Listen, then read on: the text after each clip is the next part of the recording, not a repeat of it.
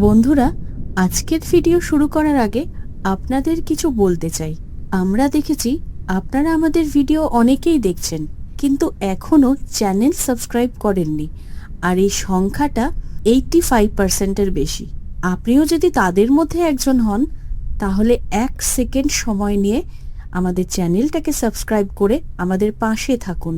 আপনার একটি সাবস্ক্রাইব আমাদের আরও ভালো ভিডিও বানাতে উৎসাহ দেবে। আর ভিডিওটাকে হাইপ করতে ভুলবেন না।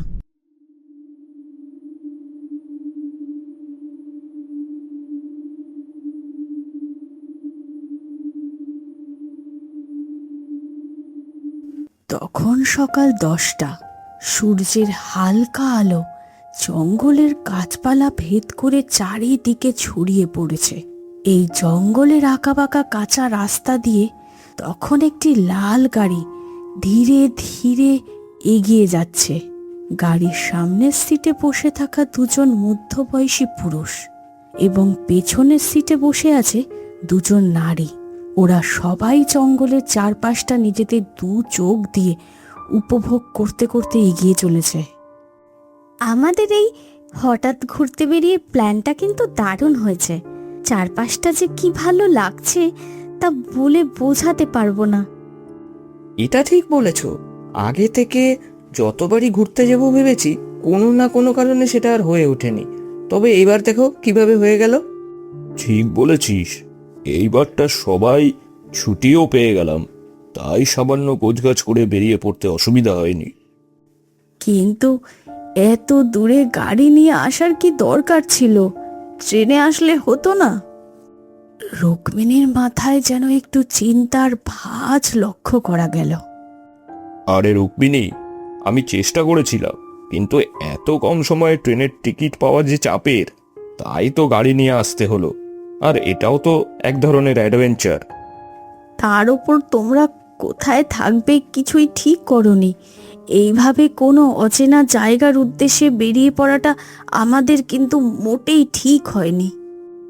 আরে রুক্মিণী, তুমি চিন্তা করছো কেন?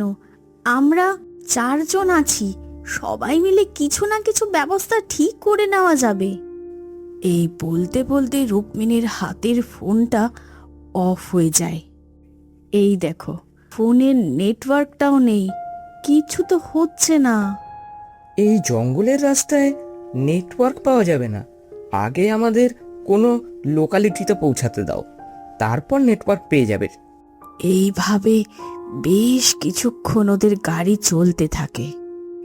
এরপর ওদের গাড়িটা একটা জায়গায় এসে থেমে যায়। কি হলো বিজন, গাড়ি থামালি কেন? জানি না রে, হঠাৎ করেই বন্ধ হয়ে গেল। বিজন বার কয়েক চেষ্টা করার পরও গাড়িটা কিছুতেই স্টার্ট নিল না। বেরোনোর আগে তো সব দেখেই নিয়েছিলাম, সব ওকে ছিল। এখন কেন যে চলছে না বুঝতে পারছি না। এখন এখানে কোনো লোকজনও পাবো না গাড়িটা ঠিক করার। ওরা এক এক করে গাড়ি থেকে বের হলো। আজ এখানেই কোথাও থাকার ব্যবস্থা করতে হবে। সন্ধ্যা হয়ে এসেছে, এখন আর বেশি এগোনো ভালো হবে না। জায়গাটা কিন্তু বেশ সুন্দর, কিন্তু এখানে এমন জঙ্গলে আমরা থাকবো কোথায়? আশেপাশে তো কোনো ঘরবাড়ি দেখতেই পাচ্ছি না। এমন সময় মোহিনী তার এক হাত দিয়ে জঙ্গলের থেকে কিছুটা দূরে একটা জায়গার দিকে দেখালো। আরে এদিকে দেখো, ওই যে ওই ওই বাড়িটার দিকে দেখো, আলো তো দেখা যাচ্ছে। মনে হয় ওখানে গেলে কিছু না কিছু ব্যবস্থা নিশ্চয়ই হয়ে যাবে। মোহিনী, ওটা কোনো বাড়ি না, মনে হচ্ছে পুরনো কোনো মহল বা হাভেলি। এমন একটা জায়গায় যদি এখন থাকার জায়গা পেয়ে যাই, তবে তো সোনায় সোহাগা। চল সবাই ওখানে গিয়ে একবার দেখা যাক। রুক্মিণীর ওই মহলের দিকে তাকিয়ে কেমন যেন অদ্ভুত এক অনুভূতি হলো। এমন এক নির্জন জঙ্গলের মধ্যে ঘন অন্ধকারে এমন একটা হাভেলি কিভাবে হতে পারে? আমার মনে হয় ওখানে না যাওয়াটাই ঠিক হবে, কারণ কার মহল আমরা তো কিছুই জানি না। না জেনে না শুনে এভাবে যাওয়াটা কি ঠিক? দেখো রুক্মিণী, এখানে এমন ঘন জঙ্গলের মাঝখানে আমাদের দাঁড়িয়ে থাকাটা ঠিক হবে না। রাতের অন্ধকারে হিংস্র জীবজন্তু চারপাশে ঘুরে বেড়ায়। এখানে থাকাটা আমাদের জন্য সেফ নয়। তাই এখানে থাকার থেকে ওই হাভেলিতে গিয়ে দেখা যাক যদি আজ রাতটা থাকার কোনো ব্যবস্থা করা যায়। রুক্মিণী ভেবে দেখল কথাটা ভুল কিছু বলেনি তার স্বামী বিজন। তাই আর কিছু না বলে ওরা সবাই সেই হাভেলির দিকে এগিয়ে যায়। ওই বাড়ির সামনে এসে ওরা দেখল এটা সত্যিই একটা বড় হাভেলি বা মহল বলা চলে। বাড়ির সামনে বড় কাঠের দরজা। হাভেলির দেয়াল কিছু কিছু জায়গায় ফাটল ধরেছে। বট অসত্যর শিকড় গজিয়েছে সেই ফাটল থেকে। ওরা চারজন সিঁড়ি দিয়ে উঠে দরজার সামনে এসে দাঁড়ায়। বড় কাঠের দরজার কড়াটা বিজন নাড়ল। কড়ার আওয়াজে এই জায়গার নিস্তব্ধতা হঠাৎ যেন ভঙ্গ হলো। আরও একবার বিজন কড়া নাড়ার সাথে সাথে এক বুড়ি মহিলা দরজাটা খুলে দেয়। তোমরা কে বাবারা? ওই বৃদ্ধার মুখে অজস্র বুলি রেখা, জীর্ণ চেহারা। তাকে দেখে মনে হচ্ছে তার বেশ বয়স হয়েছে। বয়সের ভারে ওনার শরীরটা কুঁজো হয়ে গেছে। তবে একটা ব্যাপার ওদের খুব অবাক করলো। ঝাড়খণ্ডের জঙ্গলের মধ্যে এমন একটা হাভেলি, যে বৃদ্ধা দরজা খুলল সে আবার বাংলায় কথা বলছে।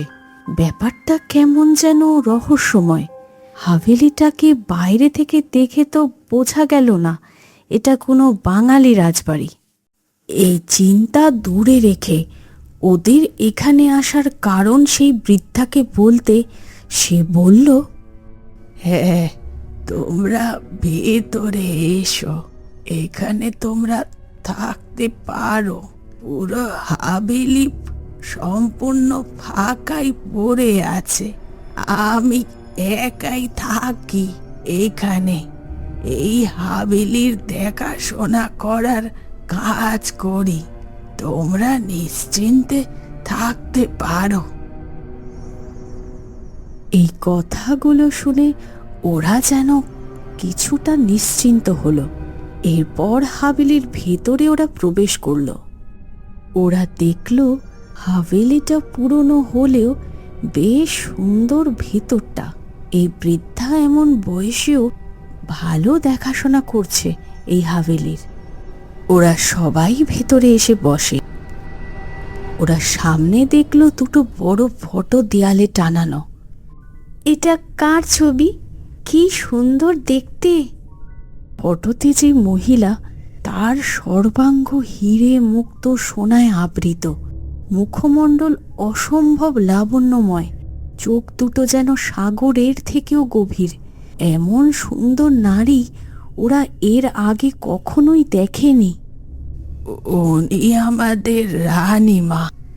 এক সময় উনি এই হাভেলির রাজরানী ছিলেন। আপনি বললেন এখানে একা থাকেন, তবে এই হাভেলির আসল মালিকরা কোথায়? ওনারা সব বিদেশে থাকে। আমার বাপ ঠাকুরদার আমল থেকে এই হাভেলি দেখাশোনার কাজ আমরা করে যাচ্ছি। আপনি এমন সুন্দর বাংলা বলেন, তবে কি এই হাভেলির যার সে বাঙালি? আসলে আমাদের জমিদার বাবু ছিলেন ঝাড়খণ্ডের লোক, তবে যে রানীমা ছিলেন তিনি ছিলেন বাঙালি। তাই এই হাভেলিতে আগাগোড়াই বাংলায় কথাবার্তা সেই সময় থেকেই চলে আসছে।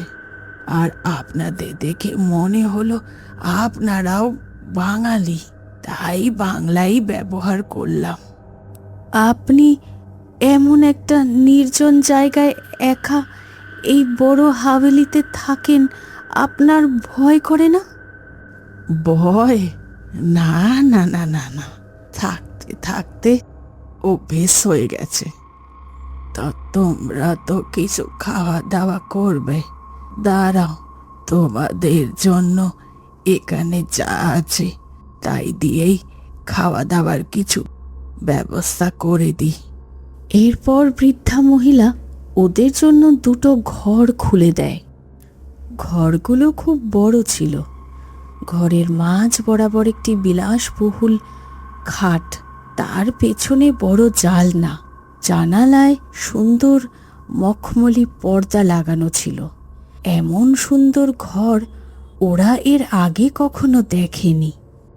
বিজন, আমার কেমন জানি অদ্ভুত লাগছে। এমন একটা নির্জন জঙ্গলে তার মাঝখানে এমন একটা বিরাট হাভেলি, সেখানে আবার একজন বৃদ্ধা মহিলা একা থাকে। ব্যাপারটা কেমন যেন গোলমেলে লাগছে না? আরে একটা রাতের তো ব্যাপার, আমরা কালই গাড়িটার কিছু ব্যবস্থা করে এখান থেকে বেরিয়ে যাব। জঙ্গলে হিংস্র জীবজন্তুর মাঝখানে থাকার চেয়ে এমন একটা হাভেলিতে থাকাটা নিরাপদ লাগছে না তোমার? তুমি একটু বেশি ভেবে ফেলেছো। এরই মধ্যে ওদের ঘরে হর্ষ আর মোহিনী ঢুকলো। এই আমার না এই জায়গাটা দারুণ লাগছে। আমার তো মনে হচ্ছে আর কোথাও না গিয়ে এখানেই 2 দিন কাটিয়ে যাই। এই বুড়িমাকে কিছু টাকা দিয়ে এখানেই থাকা খাবার ব্যবস্থা করতে বলে দিলে কেমন হয়? এমন একটা পুরনো দিনের হাভেলিতে থাকার সৌভাগ্য হবে বলে তো কখনো ভাবিনি আমরা। কি বলো তোমরা? খারাপ বলনি তো, এটা তো আগে ভেবে দেখিনি। তা বেশ, তো চলো তবে সবাই গিয়ে বুড়িমাকে বলি, উনি যদি রাজি থাকে তবে এখানেই থাকবো। এরপর ওরা সবাই বুড়িমার কাছে যায়। ওরা নিচে এসে সবাই বুড়িমাকে ডাকতে থাকে, আমি এখানে, তোমরা সোজা সামনের দিকে চলে এসো। ওরা 4 জন সেই ঘরে গিয়ে দেখল বুড়িমা রাতের খাবারের সমস্ত ব্যবস্থা করে ফেলেছে। খাবার টেবিলে ভিন্ন ভিন্ন পদের খাবার সাজানো। বুড়িমা, আপনি এত কিছু করেছেন? এই কম সময়ে কিভাবে এত কিছু করলেন? আর এসব পেলেন কিভাবে আপনি? আপনি যে বললেন যা আছে তাই দিয়েই খাবারের ব্যবস্থা করবেন, তবে এত কিছু আপনার কাছে আগে থেকেই ছিল? আপনারা এই মহলের অতিথি, আপনাদের ঠিক করে আপ্যায়ন না করতে পারলে যে রানীমা রেগে যাবেন। রানীমা? আসলে রানীমা ছিলেন আমাদের অতিথি পরায়ণা। তিনি কখনোই কাউকে খালি পেটে এই হাভেলি থেকে ফেরাতেন না। সেই থেকেই এই নিয়ম হাভেলিতে চলে আসছে। এগুলো সব ছিলই, তাই তোমাদের জন্য তৈরি করে ফেললাম। হয়তো তোমাদের একটু কষ্ট হবে। আসলে এই মহলে আলো নেই, মোমবাতির আলোই এখানে ভরসা। তোমরা তো এসবের অভ্যস্ত নও, তাই একটু অসুবিধা হতে পারে। না না, আমাদের কোনো অসুবিধা হবে না, দারুণ আয়োজন করেছেন। সবাই বসো। ওরা সবাই বসলো খাওয়ার টেবিলে। তবে রুক্মিণীর সবকিছু কেমন যেন অদ্ভুত লাগতে থাকে। তার চোখে মুখে ভয়ের ছাপ স্পষ্ট। হঠাৎ এরই মাঝে বুড়িমা রুক্মিণীর উদ্দেশ্যে বলে উঠল, ভয়ের কারণে খিদে মরে যায়, খাবারগুলো খেতে শুরু করো। কে জানে পরে এমন কখনো ভোজ খাবার সুযোগ আর পাবে কিনা। হ্যাঁ হ্যাঁ বুড়িমা, খাচ্ছি। তবে রুক্মিণী একটা কথা কিছুতেই বুঝতে পারল না, তার মনে ভয়ের কথা এই বুড়িমা জানলো কি করে, আর উনি কেনই বা বলল এমন ভোজ আর খাওয়ার সুযোগ পাবো কিনা পরে।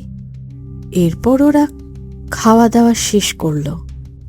চলো, তোমাদের আমি তোমাদের ঘরে গিয়ে ছেড়ে আসছি। বুড়িমা ওদেরকে ঘর পর্যন্ত ছেড়ে আসে আর বলে, তোমাদের রাতে যদি কিছু দরকার পড়ে আমাকে ডেকে নিও, আমি তোমাদের পাশের ঘরেই আছি। তবে রাতের বেলা ঘরের বাইরে একেবারে বের হয়েও না। এই বলে বুড়িমা চলে যায়। এরপর ওরাও বিছানায় শুয়ে ঘুমিয়ে পড়ে। রাত তখন গভীর। হঠাৎ রুক্মিণী শুনতে পায় কেউ যেন পর্দাটা টেনে ধীরে ধীরে সরিয়ে দিচ্ছে। রুক্মিণী যখনই তার চোখ খোলে, ওর খাটের সামনে একটা ছায়া মূর্তি সে দেখতে পায়। ও বিছানায় উঠে বসে, কিন্তু মুহূর্তের মধ্যে ছায়াটা কোথায় যেন উধাও হয়ে গেল। এরপর জানলার দিকে তাকালেও সেখানে কাউকে দেখতে পেল না রুক্মিণী, কিন্তু পর্দাটা খোলা ছিল তখনও। এতে রুক্মিণী বেশ ভয় পেয়ে যায়। কে কে কে কে কে এখানে? কে? ওর আওয়াজ শুনে বিজনও উঠে বসে। কি হলো? আমার মনে হলো এখানে কেউ ছিল এক্ষুনি। কি বলছো? এখানে কেউ নেই। হতে পারে আমার মনের ভুল। এখন চুপ করে শুয়ে পড়ো। ওরা আবার শুয়ে পড়ে, তবে কেন যেন ওর মনের মধ্যে ভয় ঢুকে যায়। এরপর একটা কিছু পড়ার শব্দে রুক্মিণীর ঘুমটা আবার ভেঙে যায়। ও বিছানা ছেড়ে উঠে দরজা খুলে বাইরে বেরিয়ে আসে, কিন্তু ও যা দেখল সেটা রুক্মিণী কখনো কল্পনাও করতে পারেনি। ও দেখল ওর সামনে দাঁড়িয়ে সেই রানী স্বয়ং রুক্মিণীর সামনে দিয়ে হেঁটে যাচ্ছে। কিছুক্ষণ আগে এই রানীমাকেই তো দেখেছিল ফটোতে। এটা এটা কি করে সম্ভব? এই এই রানীমা তো এখন জীবিত নেই। তবে উনি কি করে এখানে? আমি তো কিছু বুঝতে পারছি না। কি সুন্দর সেই রানীমা! অপরূপ সৌন্দর্য ওনার চেহারায় বিরাজমান, একদম যেন জীবিত একজন মানুষ। তার হাতে একটি মোমবাতি, সে ওটা হাতে নিয়ে সোজা হেঁটে চলে যাচ্ছে। কিছুটা সামনে এগোনোর পর নিমেষে অন্ধকারের মধ্যে কোথায় যেন মিলিয়ে গেল রানীমা। রুক্মিণী আর এক মুহূর্ত দেরি না করে দরজা বন্ধ করে ঘরে চলে আসে। সেদিনের রাতটা কোনো রকমে কাটল। পরদিন সকালে কাল রাতের রুক্মিণীর কথা কেউ বিশ্বাস করতে চাইল না। এরপর ওরা বুড়িমাকে এখানে থাকার কথা বললে বুড়িমা তো রাজি হয়ে যায়। সেদিনটা গল্প আড্ডা খাওয়া দাওয়া করে বেশ ভালোই কাটলো সময়টা ওদের। তবে একটা কথা ওরা সবাই এবার অনুভব করলো, বুড়িমা কোথা থেকে এতগুলো লোকের খাওয়ার দাওয়ারের ব্যবস্থা করছে। সে তো একবারও এই হাভেলি থেকে বের হয়নি, আবার কেউ তো তাকে প্রয়োজনীয় জিনিসপত্র দিতে আসেনি। তবে উনি এসব কিভাবে ব্যবস্থা করছে, এই ব্যাপারটা বেশি রুক্মিণীকে ভাবিয়ে তুলল। এরপর রাতে ওরা যে যার ঘরে চলে যায়। মাঝরাতে একটা চিৎকারে সবার ঘুমটা ভেঙে যায়। বিজন আর রুক্মিণী ঘর থেকে বেরিয়ে এসে দেখে হর্ষ ঘরের বাইরে মোহিনীর নাম নিয়ে ডাকছে। কি হয়েছে হর্ষ? দেখো না, মোহিনী ঘরে নেই। ওর একটা চিৎকার শুনলাম। হ্যাঁ, আমরাও তো শুনতে পেলাম একটা আওয়াজ। চলো সবাই মিলে মোহিনীকে খুঁজতে হবে। এত বড় হাভেলিতে আমরা কোথায় ওকে খুঁজবো অন্ধকারে? আমাদের তো খুঁজতেই হবে। চলো সবাই। হর্ষ, তোর টর্চটা নিয়ে নে, আর রুক্মিণী আমাদেরটাও নিয়ে নাও, আর বুড়িমাকেও একবার ডাকতে হবে। ওরা পাশের ঘরে যেখানে বুড়িমা থাকবে বলেছিল সেখানে গিয়ে দেখলো বুড়িমা সেখানে নেই। আমি বলেছিলাম এই জায়গাটা কেমন অদ্ভুত। এই বুড়িমা, এই হাভেলি সবাই কেমন যেন রহস্যময়। আমি তোমাদের বারবার বলেছিলাম এখান থেকে চলো, কেউ তোমরা আমার কথা শুনলে না। এখন এসব বলে তো কিছু হবে না। এখন আগে আমাদের মোহিনীকে খুঁজতে হবে। এরপর ওরা একটা একটা ঘর ভালো করে দেখতে থাকে, তবে মোহিনীকে খুঁজে পাওয়া গেল না। বিজন, মোহিনী কোথায় ভাই? আমি তো কিচ্ছু বুঝতে পারছি না। কোথায় ও বলতো? এরপর সব জায়গা খুঁজতে খুঁজতে ওরা নিচের দিকে একটা সিঁড়ি লক্ষ্য করলো। ওরা সবাই মিলে সেদিকে গেল। এরপর সিঁড়ি দিয়ে নেমে সেই ঘরে প্রবেশ করে। ঘরের ভেতরে একটা অদ্ভুত গন্ধ ওরা অনুভব করলো। এরপর পুরো ঘরটা ঘুরে ঘুরে দেখতে থাকে ওরা। হঠাৎ দেখতে পায় মোহিনী জ্ঞানশূন্য অবস্থায় নিচে পড়ে আছে। ওরা সেদিকে গিয়ে মোহিনীকে ওঠানোর ব্যবস্থা করে। এরপর মোহিনীর জ্ঞানও ফেরে। মোহিনী, মোহিনী! হর্ষ, এখানে কিছু ঠিক নেই। এখান থেকে চলো চলো, না হলে আমাদের সাথে যে কোনো কিছু ঘটে যেতে পারে। তুমি এখানে এলে কি করে? আমার ঘুমটা ভেঙে যায়। হঠাৎ আমি জল খাবার জন্য উঠি, কিন্তু একটা নুপুরের আওয়াজ আমি শুনতে পাই।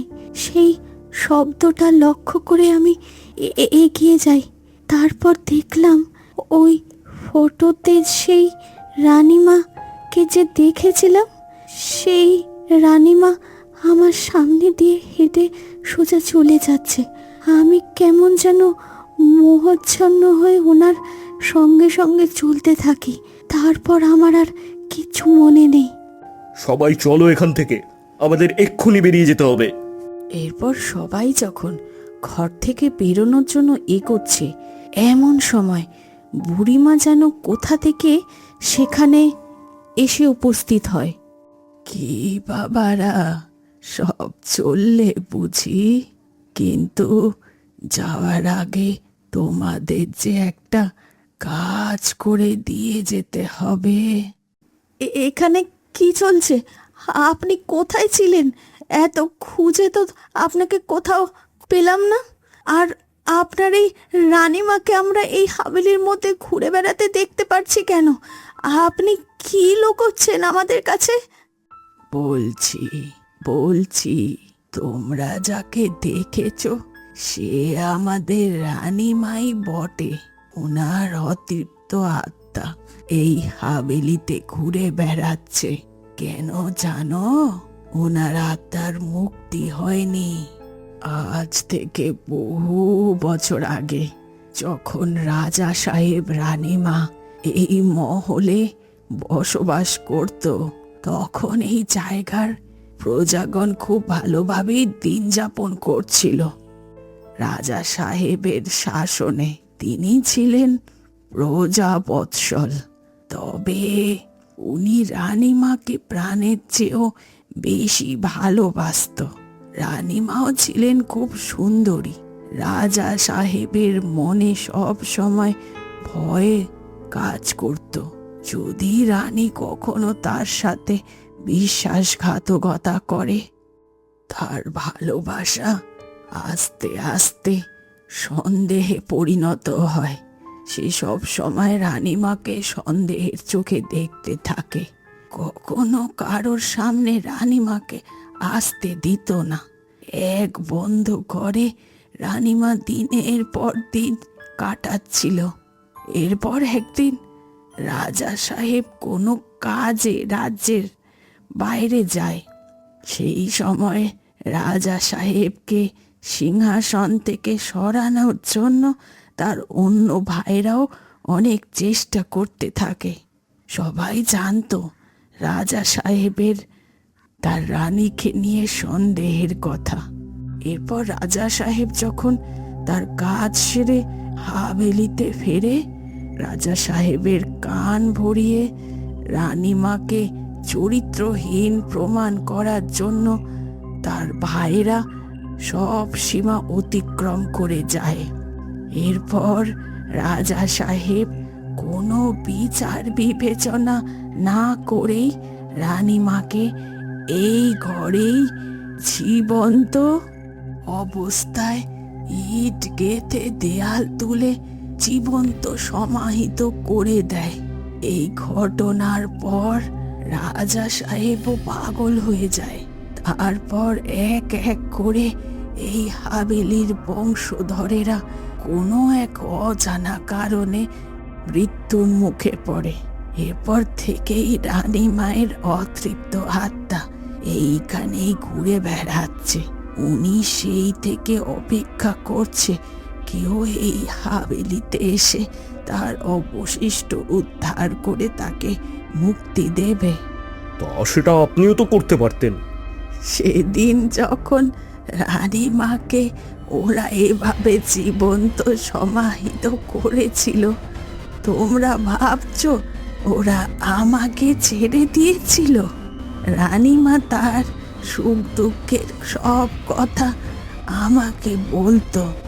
আমি আমার মতো তাকে বোঝানোর চেষ্টা করে গেছি, রানীমার সাথ দিয়েছি।